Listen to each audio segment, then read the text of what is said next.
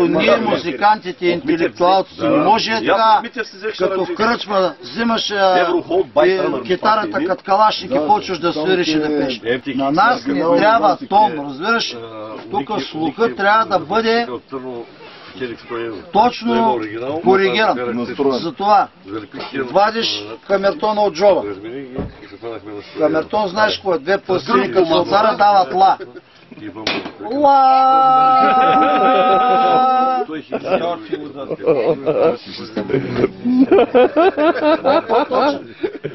Оригинал.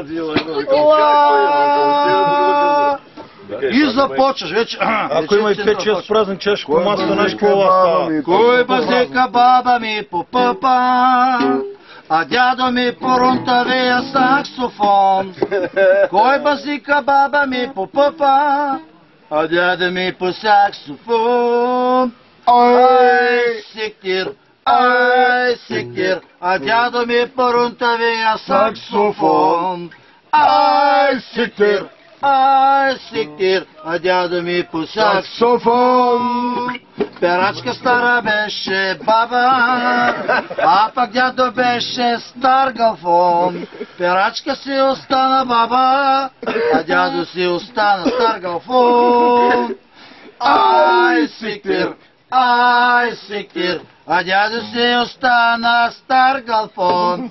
Ай, сектир, сте сте завиждали де?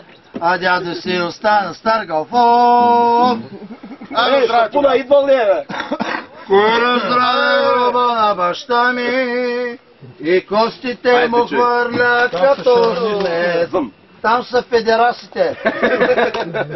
Федерасите? Да. Той идва от Федерус, бе.